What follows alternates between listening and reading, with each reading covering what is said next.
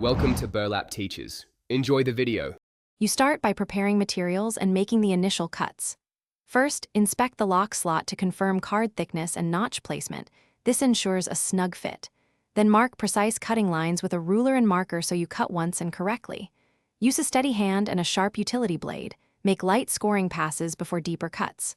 Once done, test the fit without forcing. If it binds, shave 0. 5 mm at a time until it slides smoothly. You now shape and strengthen the card so it withstands use.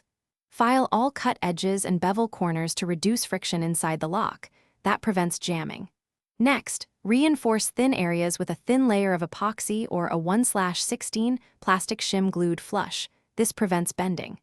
If the lock relies on a magnetic stripe or barcode, encode or print the necessary data and let adhesives cure fully.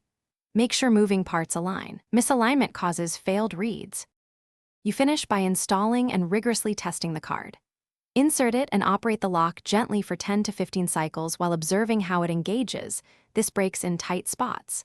If it sticks, remove and adjust shims or file in 0. 25 mm increments. If reads fail, reprint or re-encode. Make sure adhesives aren't squeezing into sensor areas. One key troubleshooting tip.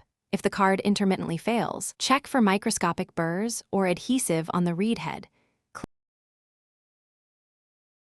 Thanks for watching. Consider subscribing if this video helped you.